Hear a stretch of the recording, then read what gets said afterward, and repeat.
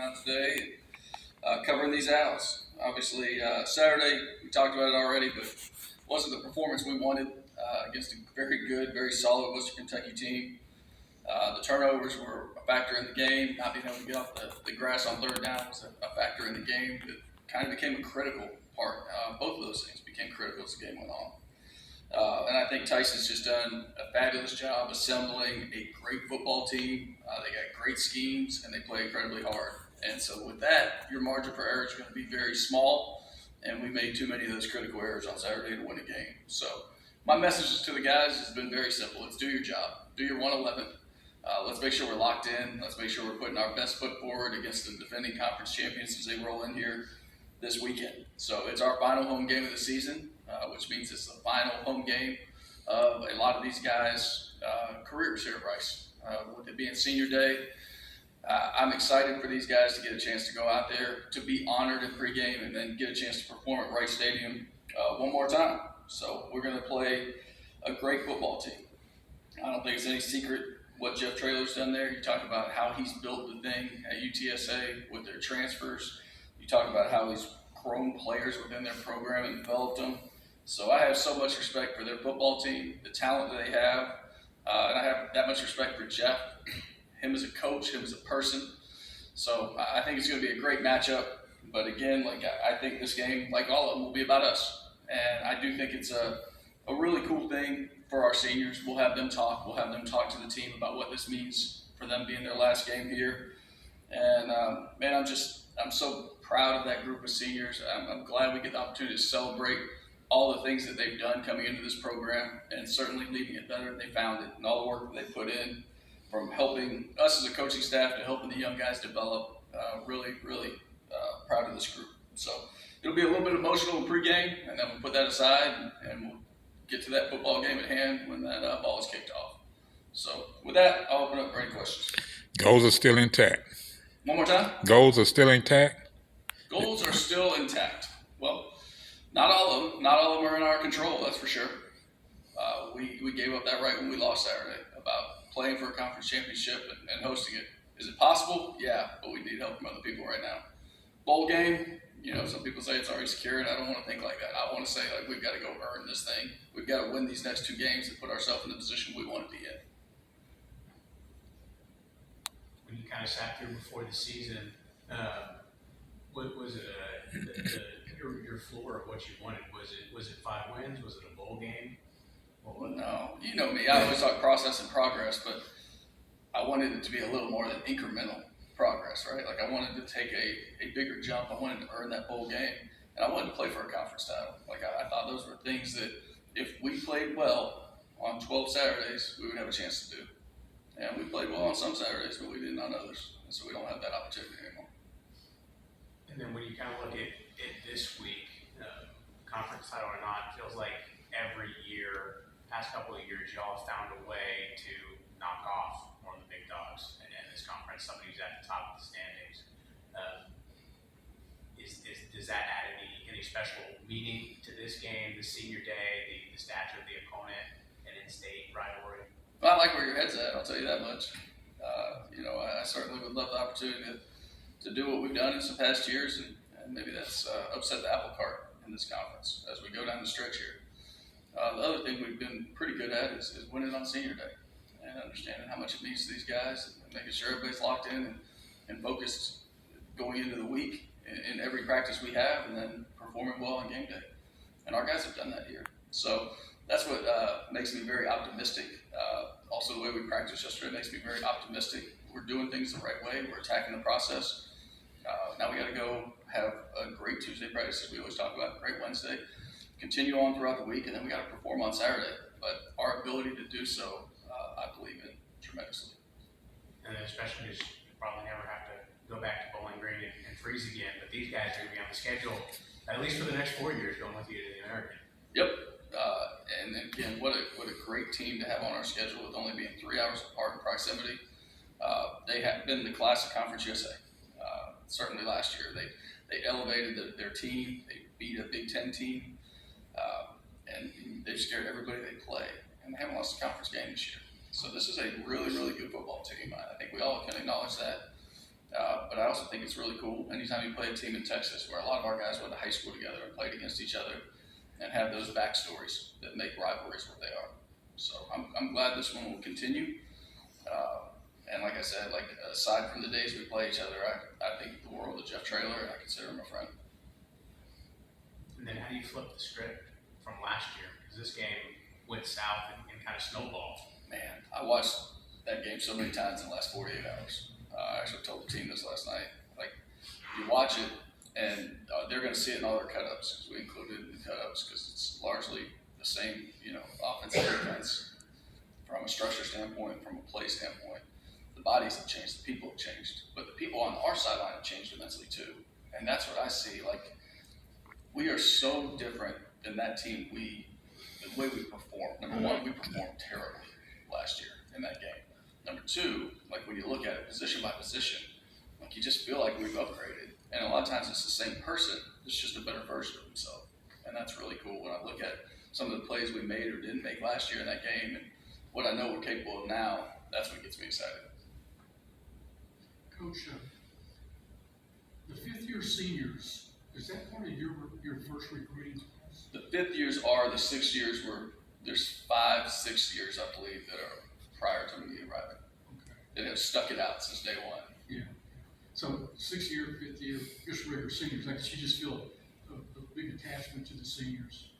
Yeah, I think like when you pour your heart and soul into anything, whether it's 4, 5, or 6 years, it seems like it was 4 years not long ago, right, when we talked about a senior, but now you've got guys that are so invested in this program.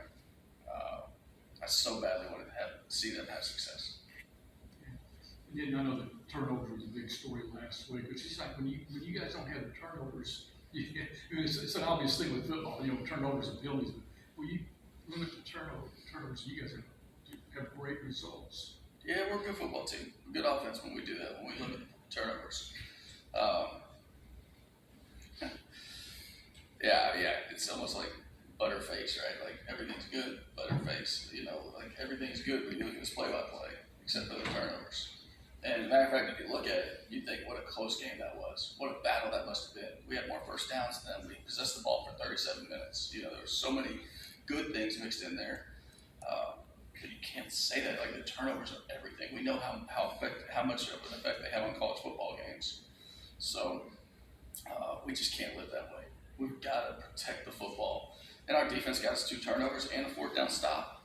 But it was almost too little too late when you look at how we haven't been able to start fast in those games. And when the first drive goes down for a touchdown, we've got to immediately respond on offense. And you saw us do it. Go right down the field and throw a pick in the lower end. And that's just inexcusable.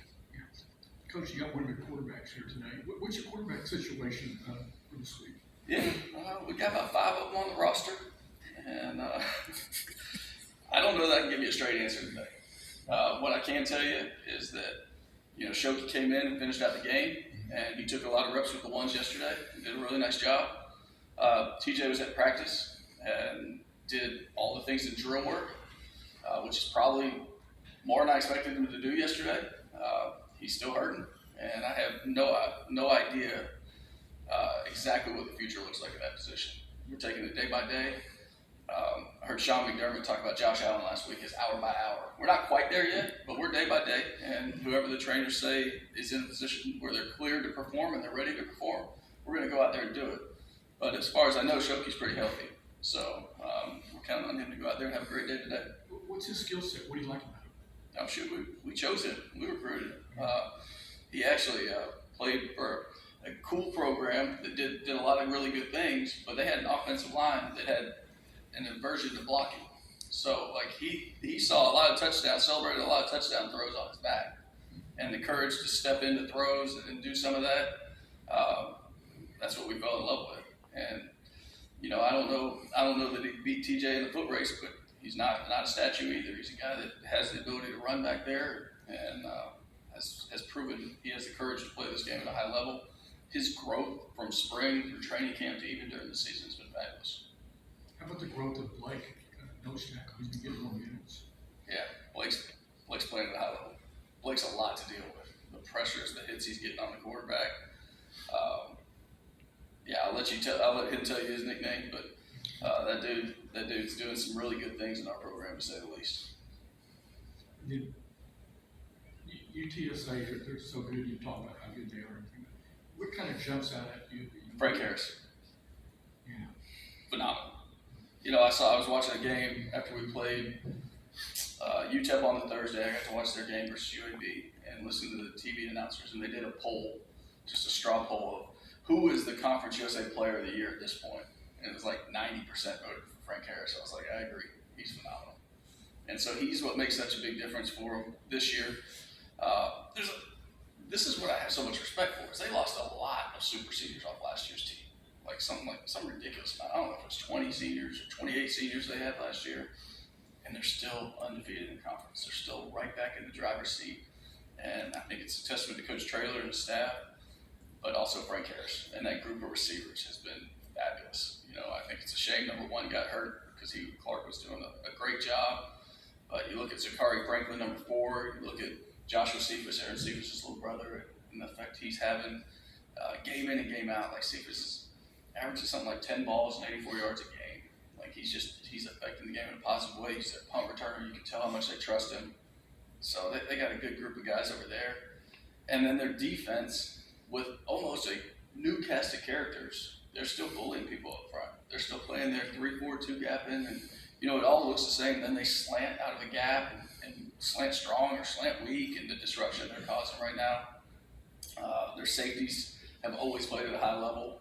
You know, Rashad Wisdom, one of their captains, is out for the year. But the other guys are stepping in and being physical right there at the point of attack. Their safeties' hats come into the box and meet running backs at the line of scrimmage. Like they're so violently downhill and they tackle well. So those are the things that make them great. But if you're asking me what it starts and ends with, it starts with Frank Harris. And then on y'all's side of the ball, against Western, the sequence when TJ went down, you go to the backup quarterback, you know what you have in the running game. Everybody in the stadium knows, new guy coming in, they're probably going to try and run the football, and then y'all run on like 8 of the 10 plays and just churn down the field. One of the best running drives y'all have had this year. Really proud of the guys for that. How important was that, and how important does the run game then come this weekend if you want to do a similar script? Yeah, I think you go back even to the UTEP game, and I think TJ's performance and maybe the way we won maybe covered up how good we ran the ball. We ran the ball exceptionally well against UTEP too, and that's 2 games in a row where dealing with pretty violent fronts and a lot of movement and the offensive line and the blocking unit handling it great. I really think Western Kentucky was our running back's best game of the year in terms of seeing things and hitting things. And I thought yards after contact by Juma and Cameron was phenomenal. Uriah West comes in those situations and he's punishing people with his pads. And Dean Connors had a good run that he was a shoestring tackle away from probably scoring on. So there's a lot of good stuff going on in the running back room. I do think the offensive line's doing a great job. And so I don't want to downplay that at all.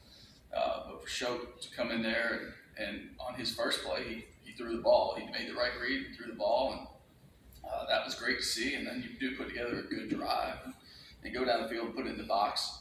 Then we come out at halftime and we go and get 3 points. And so you talk about winning the middle 8 and how important that is. That's another stat that will blow off all the analytics guys right now. When you win the middle 8, 10-3, you know, they're going to tell you you're going to win a lot of games. And that game again, we were our own worst enemy against an incredibly good team. Anything else? All right, thanks, Coach. All right, thank you all. Blake is en route, so Shoki,